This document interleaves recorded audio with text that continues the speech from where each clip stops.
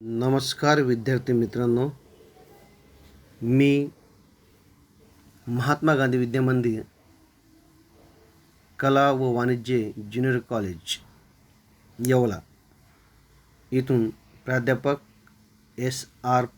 पाटील. आज आपण संयुक्त भांडवली संस्था म्हणजेच कंपनीची स्थापना या तिसऱ्या टॉपिकचा विचार आपण करणार आहोत. सुरुवातीला संयुक्त भांडवली संस्था म्हणजे काय, संयुक्त भांडवली संस्था याचा अर्थ, वैशिष्ट्ये याचा आपण विचार केला होता. इंग्लंडमध्ये 1760 साली औद्योगिक क्रांती झाली. औद्योगिक क्रांतीपूर्वी वस्तूचे उत्पादन अत्यंत मर्यादित स्वरूपाचे होते, म्हणजे लिमिटेड होते, व त्याचे वितरणही मर्यादित होते. परंतु औद्योगिक क्रांती झाल्यामुळे उद्योग व वाणिज्य क्षेत्रामध्ये आमूलाग्र बदल झाला. वस्तूचे उत्पादन यंत्राच्या सहाय्याने मोठ्या प्रमाणावर होऊ लागले, तसेच ते मागणीपूर्व होऊ लागले. पूर्वी ज्यावेळेस 1760च्या आधी औद्योगिक क्रांती झाली नव्हती, त्यावेळेस मागणीनंतर उत्पादन केले जात होते. जेवढी मागणी असेल तेवढं उत्पादन केले जात होते. परंतु औद्योगिक क्रांती झाल्यामुळे मागणीपूर्व उत्पादन होऊ लागले आणि त्यामुळे मर्यादित किंवा स्थानिक बाजारपेठेचे रूपांतर हे विभागीय, राष्ट्रीय, आंतरराष्ट्रीय बाजारपेठेत झाले आणि औद्योगिक क्रांतीमुळे वाहतूक व दळणवळण क्षेत्रात मोठ्या प्रमाणात बदल झाला. त्याच पद्धतीने आपण कंपनीचे वैशिष्ट्य बघितले. त्यानंतर कंपनीचे प्रकारसुद्धा बघितले होते. स्थापनेच्या आधारावर, मालकीच्या आधारावर, जबाबदारीच्या आधारावर, नियंत्रणाच्या आधारावर, इतर प्रकार, असं आपण मागच्या लेक्चरमध्ये सर्व सविस्तर कंपनीचे प्रकार बघितले. आत्ता आपल्याला बघायचे कंपनीची स्थापना.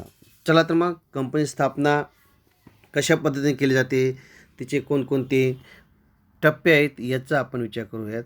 कंपनीच्या स्थापनेच्या ह्या टॉपिकमध्ये आपण बघणार आहोत प्रवर्तन, कंपनीची नोंदणी, व्यवसाय प्रारंभ. कंपनी ही कायद्याने निर्माण केलेली कृत्रिम व्यक्ती आहे. कंपनी अस्तित्वात येण्यासाठी कंपनी कायदा 2013च्या कायदेशीर तरतुदींची पूर्तता करावी लागते. पूर्वीचा कायदा 1956 आहे, पण आत्ता नवीन कंपनी कायद्यामध्ये सुधारित कायदा 2013ची कायदेशीर पूर्तता करावी लागते. कंपनी स्थापना म्हणजे कंपनीची नोंदणी अधिकाऱ्याकडे करणे. कंपनी नोंदणी त्या राज्यामधील नोंदणी अधिकाऱ्याकडे केली जाते. आता नोंदणी अधिकारी म्हणजे काय, कंपनी कायद्यानुसार कंपनी नोंदणी करणारा अधिकारी असतो, त्याला नोंदणी अधिकारी असे म्हणतात.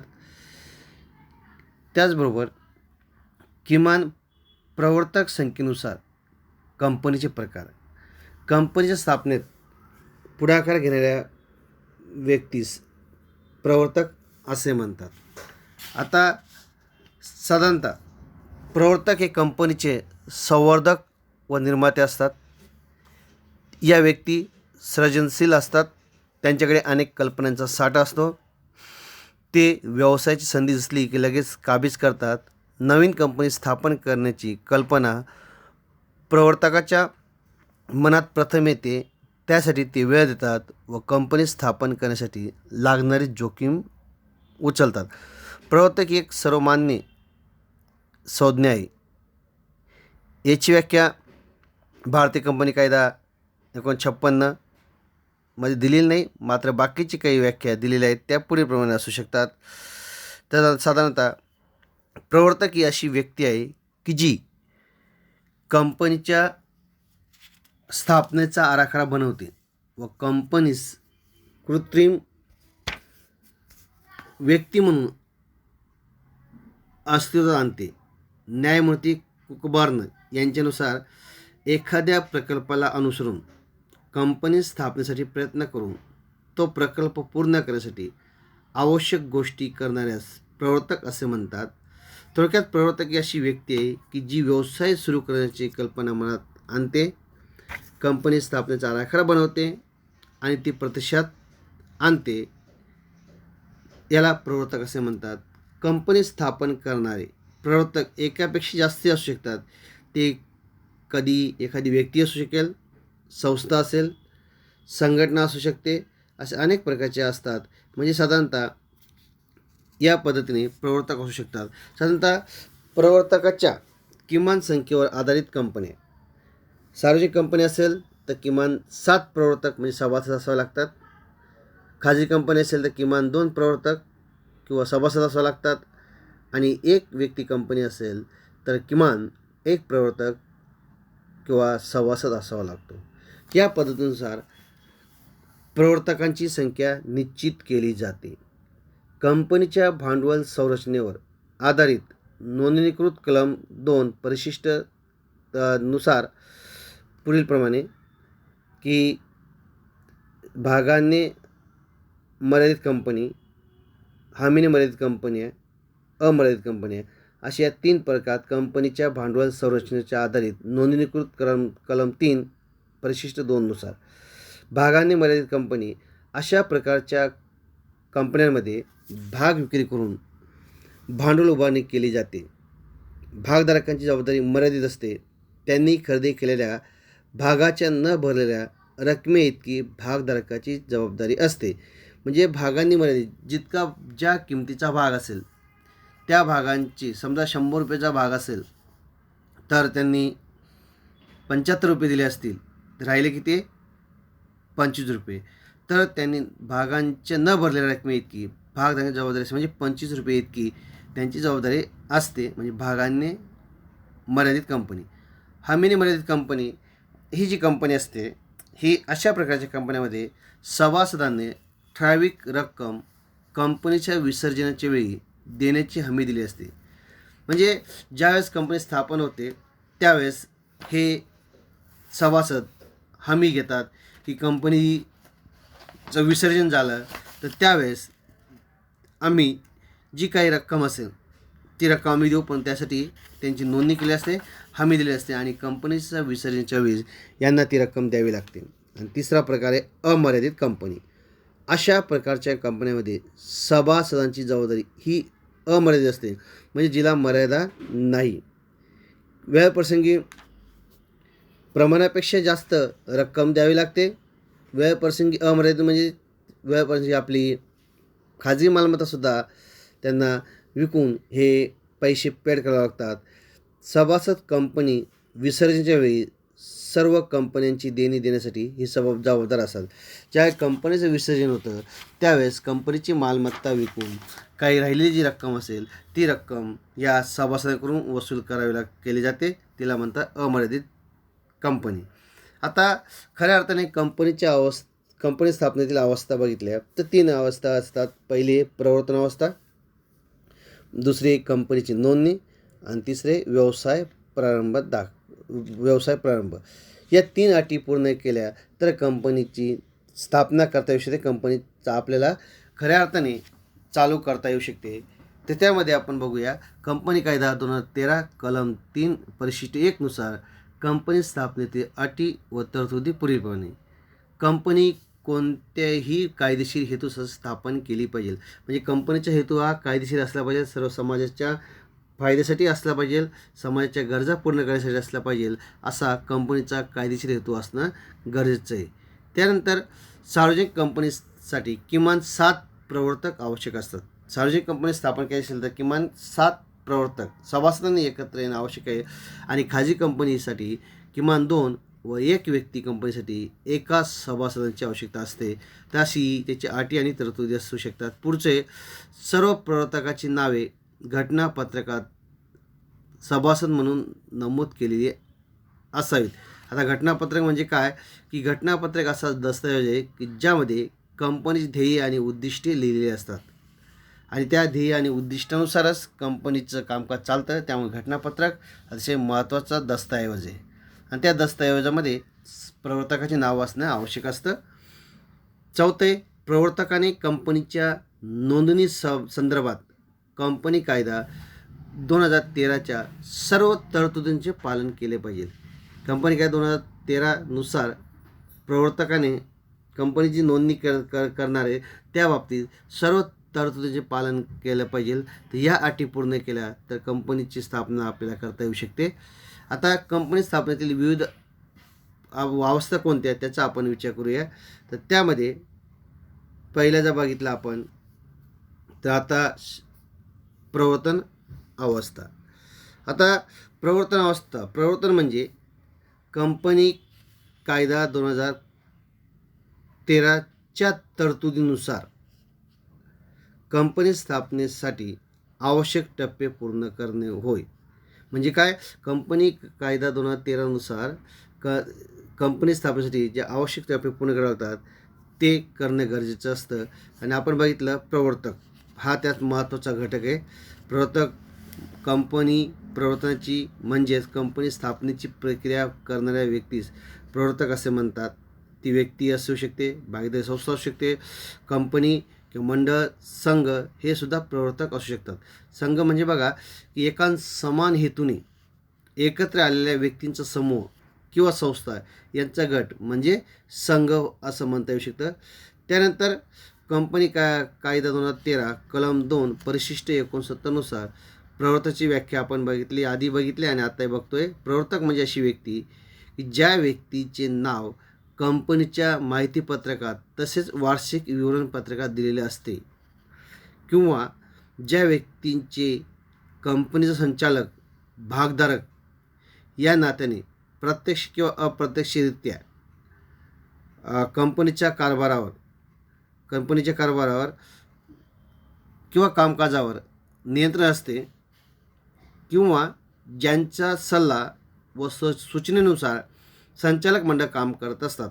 तथापि जी व्यक्ती व्यावसायिक क्षमतेस प्रवर्तकात सहाय्य करते अशी व्यक्ती, उदाहरणार्थ वकील असेल, चार्टर्ड अकाउंटंट असेल इत्यादी व्यक्ती प्रवर्तक समाजात जात नाही. आपण आधीच म्हटलं होतं कंपनीच्या घटनापत्रकात संबंधित प्रवर्तकांची नावे नमूद केलेली असतात आणि ती कंपनी स्थापन करण्यासाठी मदत करत असतात. परंतु वकील आणि चार्टर्ड अकाउंटंट हे कंपनीसाठी योग्य त्या पद्धतीने सहाय्य करतात, त्यामुळे ते प्रवर्तक असू शकत नाही.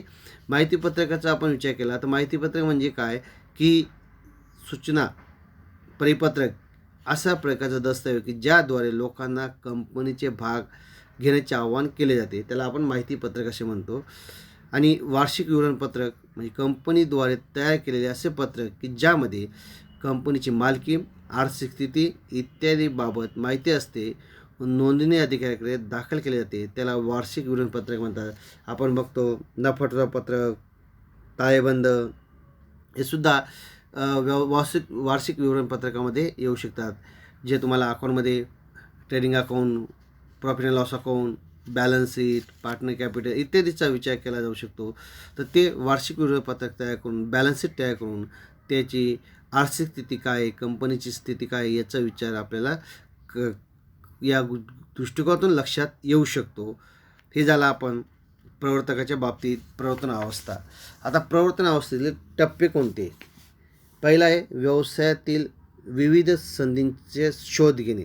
आता व्यवसायातील विविध संधीचे शोध घेणे म्हणजेच प्रवर्तक नेहमी नवीन व्यावसायिक संधीच्या शोधात असतात. ही संधी निवडताना ती व्यवसायाची व्याप्ती, बाजारपेठेतील ज्ञान, उत्पादन घटकाची उपलब्धता, उपयुक्तता इत्यादी बाबींचा विचार करून त्यानुसार व्यवसायाचा आराखडा तयार करतात. व्यवसायाच्या विविध संधी शोधत असताना त्या जी बाजारपेठ, उत्पादन, उपयुक्तता इत्यादीचा विचार करावा लागतो आणि त्यानुसार व्यवसायाच्या संधी करत असतो.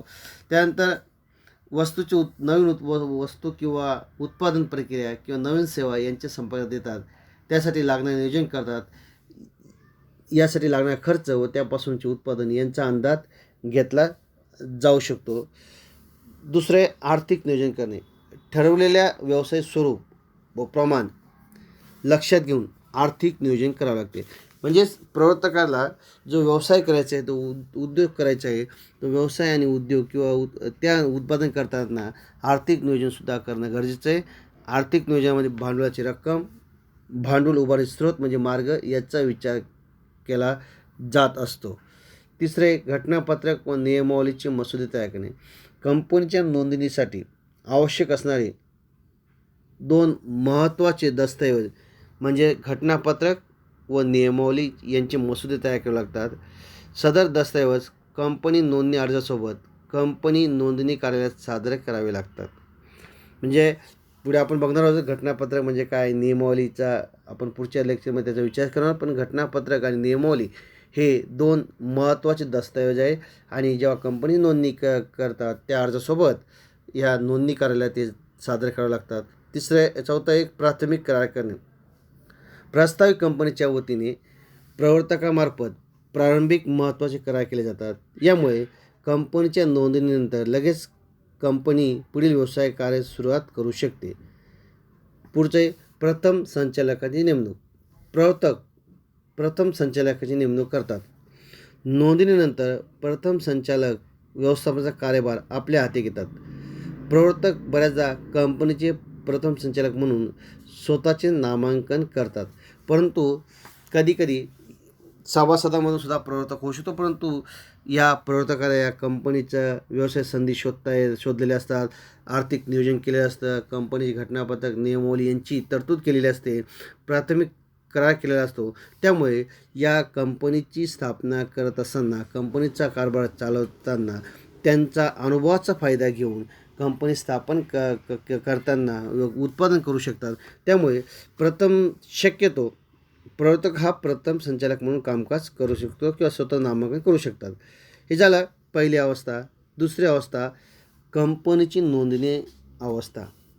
व्यवसायाचे स्वरूप, उद्देश व आवश्यक भांडवल यावर प्रवर्तक कोणत्या प्रकारच्या कंपनीची स्थापना करायची हे ठरवतात. उदाहरणार्थ खाजगी कंपनी किंवा सार्वजनिक कंपनी. म्हणजे भांडवलावर कंपनीच्या माहितीपत्रक, घटनापत्रक, नियमावली यानुसार किंवा कोणत्या प्रकारचा उद्देश, स्वरूप यानुसार कंपनीचे प्रकार ठरवू शकतात. आपण बघितलं आहे खाजगी कंपनी किंवा नोंदणीकृत सार्वजनिक कंपनी. आता कंपनी नोंदणीतील टप्पे एकूण बघितलं तर डिजिटल स्वाक्षरी प्रमाणपत्र मिळविणे, डिजिटल स्वाक्षरी प्रमाणपत्र MCA कडे नोंदविणे, संचालक ओळख क्रमांक मिळविणे, त्यानंतर कंपनीचे नाव आरक्षित करण्यासाठी प्रस्ताव सादर करणे, घटनापत्रक व नियमावली ते अंतिम स्वरूप देणे, घटनापत्रक व नियमावलीतील सही, मुद्रांक, दिनांक, कंपनी नोंदणीसाठी इतर महत्त्वाची कागदपत्रे तयार करणे, पत्त्यासंबंधी सूचना, वैधानिक घोषणापत्र, कंपनी नोंदणीचा प्रस्ताव व दस्तऐवज सादर करणे, नोंदणी प्रमाणपत्र मिळणे. एकूण या पद्धतीने या कंपनीच्या नोंदणीतील टप्पे आहेत. ते आपण आता टप्पे सविस्तर कसे त्याचा विचार करूया. चला, पहिला टप्पा बघितला डिजिटल स्वाक्षरी मिळविणे. DSC म्हणजे डिजिटल शॉर्टकटमध्ये डिजिटल सिग्नेचर सर्टिफिकेट म्हणजे DSC. इलेक्ट्रॉनिक पद्धतीने सादर केल्या जाणाऱ्या कागदावर स्वाक्षरी करण्याचा अधिकार असणाऱ्या व्यक्तींसाठी डिजिटल स्वाक्षरी प्रमाणपत्र घ्यावे लागते. डिजिटल स्वाक्षरी प्रमाणपत्रासाठी प्रवर्तक व कंपनीचे प्रस्तावित पहिले संचालक यांना प्रमाणित अधिकाऱ्याकडे अर्ज करावा लागतो. डिजिटल स्वाक्षरीची पद्धत आहे. याचा उपयोग कागदावर स्वाक्षरीसाठी केला जाऊ शकतो. ही स्वाक्षरीसाठी संबंधित अधिकाऱ्याकडे अर्ज करावा लागतो. दुसरे संचालक डिजिटल स्वाक्षरी प्रमाणपत्र MCA कडे सादर नोंदवणे. संचालकांचे डिजिटल स्वाक्षरी प्रमाणपत्रातील नाव MCA कडे नोंदविणे. संचालकांची नावे डिजिटल स्वाक्षरी प्रमाणपत्र मिळाल्यानंतर त्याची नोंद MCA म्हणजे मिनिस्ट्री ऑफ कोऑपरेट अफेअर कडे आवश्यक आहे. MCA प्रत्येक संचालकाचा ओळख क्रमांक, ज्याला DIN म्हणतो, वैयक्तिक माहिती इत्यादी तपशिलाची नोंद ठेवतो. कंपनी व्यवहार मंत्रालय हे कंपनी कायदा 2013च्या प्रशासकीय अंमलबजावणी देखरेख ठेवते. त्याला MCA असे म्हणतात. पुढचे संचालक ओळख क्रमांक मिळविणे. DIN ज्याला म्हणणे.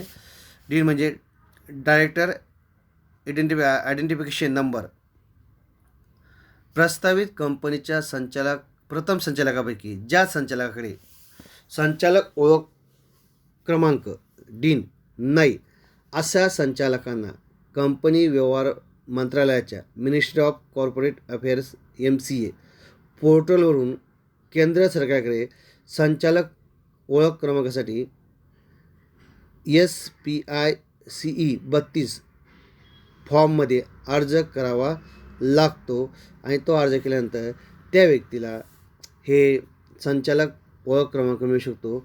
कंपनी संचालक म्हणून नियुक्त केल्या जाणाऱ्या व्यक्तीस 8 अंकी डीन नंबर दिला जाऊ शकतो. पुढचे कंपनीचं नाव आरक्षित करण्यासाठी प्रस्ताव सादर करणे. प्रस्तावित कंपनीचे नाव निश्चित करण्यासाठी प्रवर्तक रन म्हणजे रिझर्व्ह युनिक नेम फॉर्ममध्ये भरून MCA पोर्टलवरून केंद्रीय नोंदणी केंद्राकडे CRC विथ शुल्कासह पाठवतात. त्यासाठी www.mca.government.in ही वेबसाईटच्या माध्यमाने संकेतस्थळावर ते फॉर्म भरू शकतात. आता यामध्ये बघितलं केंद्रीय नोंदणी केंद्र सेंट्रल रजिस्ट्रेशन सेंटर जे आपण CRC म्हटलं होतं. कंपनीच्या नोंदणीसाठी विविध जलद पुरविणारे विशेषतः सुविधा कंपनीचे नाम आरक्षण डिजिटल स्वाक्षरी प्रमाणपत्र यासाठी हे केंद्र महत्त्वाचं असतं. प्रवर्तक एकापेक्षा जास्त नावे अनुक्रमे केंद्रीय नोंदणी कार्यालयाकडे पाठवतात. केंद्रीय नोंदणी केंद्र प्रस्तावित नावात संमती देते व सदर नाव प्रस्ताव सादर केल्यापासून 20 दिवसासाठी आरक्षित ठेवते. पुढचे घटनापत्रक व नियमावली. कंपनी नोंदणीसाठी घटनापत्रक व नियमावली हे 2 महत्त्वाचे दस्तऐवज आहेत. कंपनीची नोंदणीसाठी हे दस्तऐवज सादर करावे लागतात. या दस्तऐवजामध्ये कंपनीच्या उद्दिष्टांची निगडीत कायदेशीर व तांत्रिक बाबीचा आणि नियमांचा उल्लेख असतो. प्रवर्तक घटनापत्रक व नियमावली तयार करण्यासाठी कंपनी सचिव, कायदेतज्ञ इत्यादीच्या मदतीने हे घटनापत्रक तयार करता येतं किंवा इत्यादी व्यक्तींची मदत घेता येऊ शकते.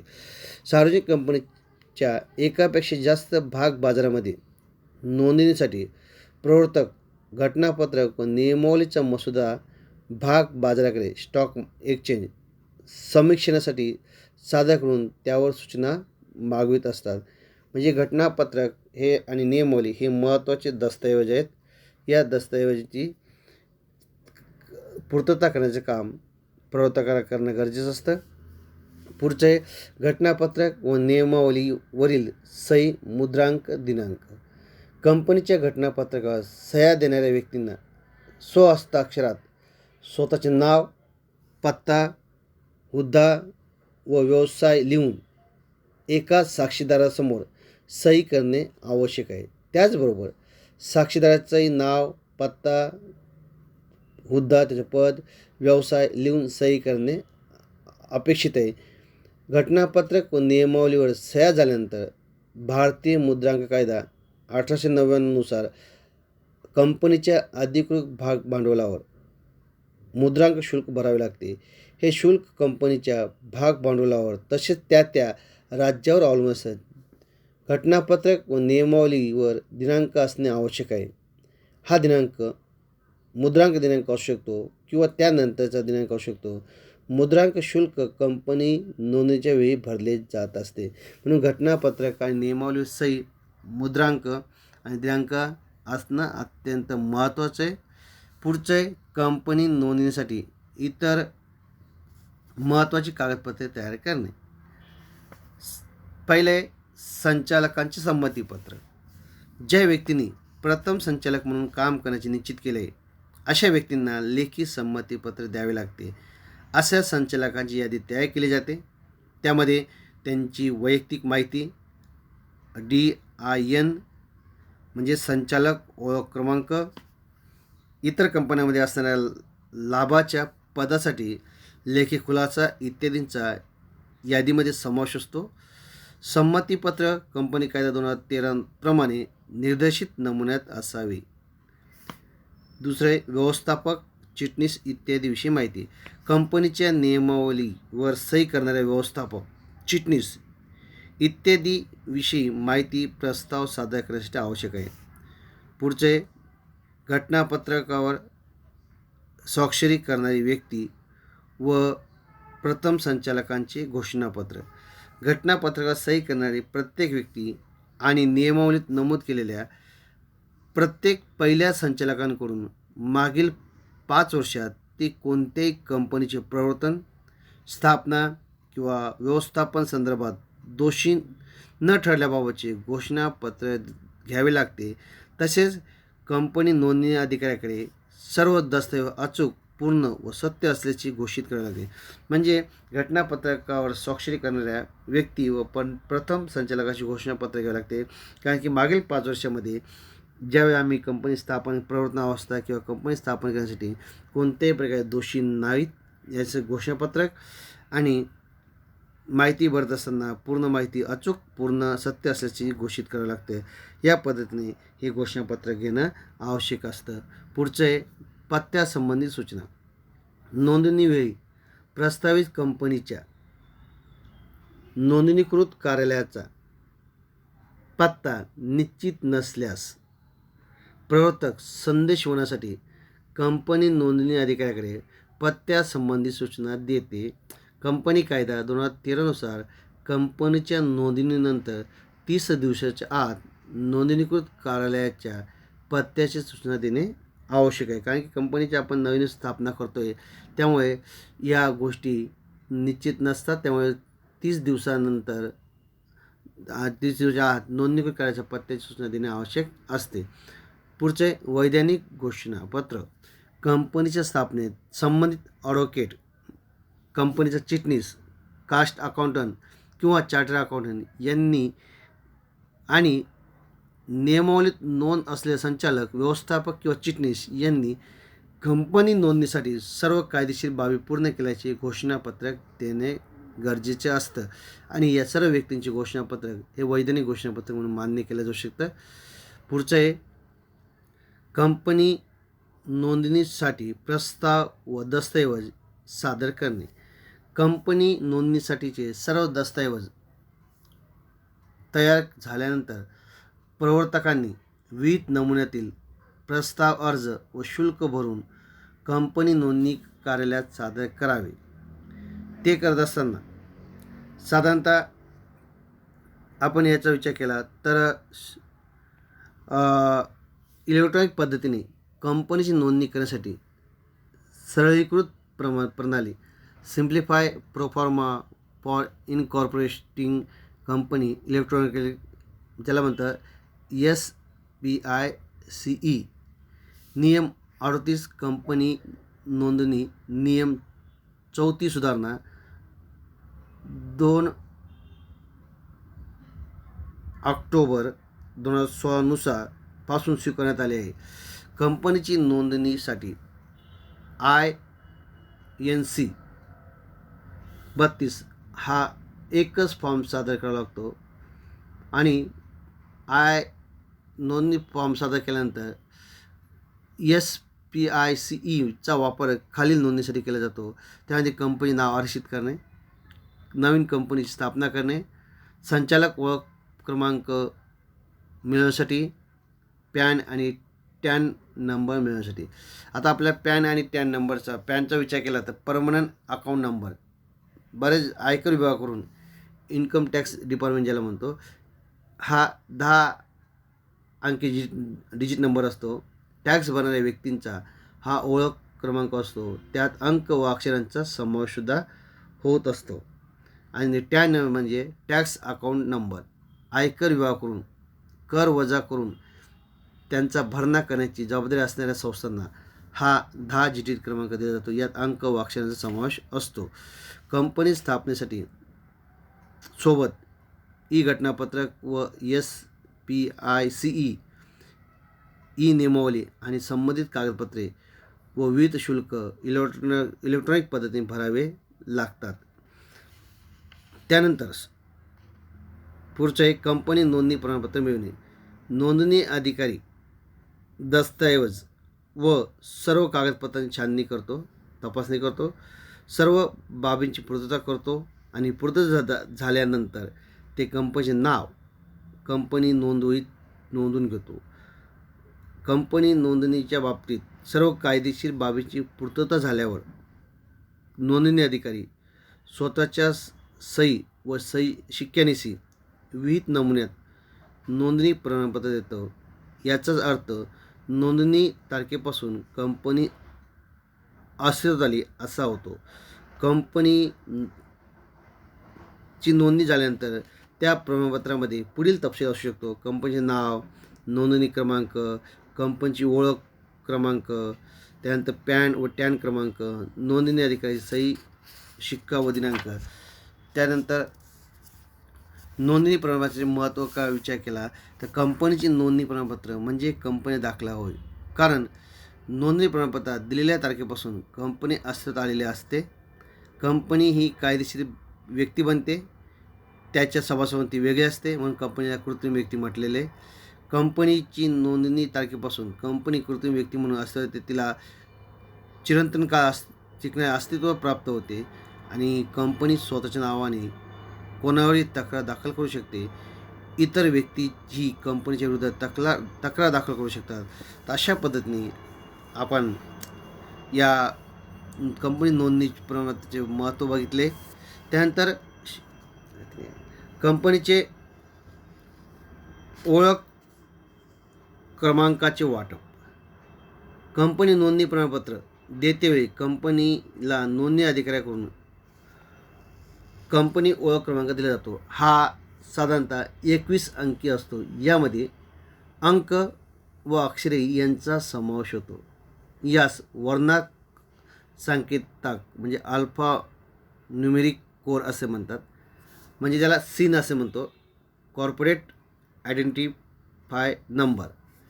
नोंदणी अधिकारी कंपनी नोंदणी प्रमाणाच्या वेळी प्रत्येक कंपनीला 21 अंकी अल्फा न्यूमेरिक नंबर देतात.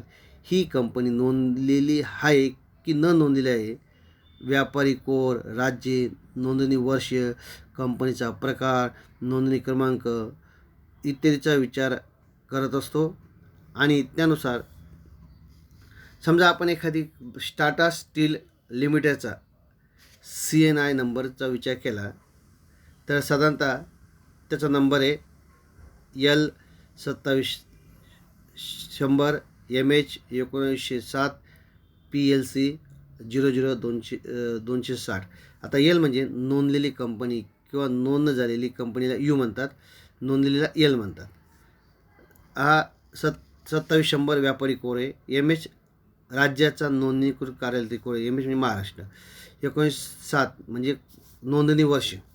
समजा PLC कंपनीचा प्रकार म्हणजे सार्वजनिक कंपनी ही PLC आहे, खाजगी कंपनी PTC आहे आणि एक व्यक्ती कंपनी OPC आहे.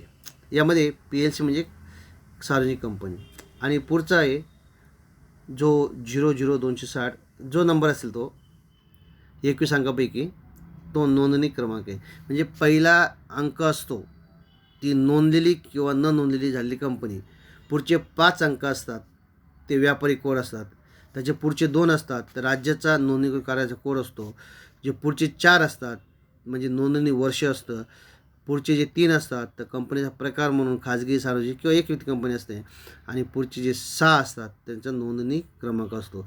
यानुसार कंपनीची ओळख क्रमांक किंवा कंपनीचा प्रकार आपल्याला लक्षात येऊ शकतो. तर ह्या पद्धतीने आपण साधारणतः कंपनीच्या 2 अवस्था पूर्ण बघितल्या. त्या एक प्रवर्तन अवस्था आणि दुसरी कंपनीची नोंदणी अवस्था. या पद्धतीने तुम्हाला समज असेल. बाकीचं आपण नंतर पुढच्या लेक्चरला त्याचा तिसरा प्रकार आहे तो बघू. तोपर्यंत आपण थांबूया. धन्यवाद.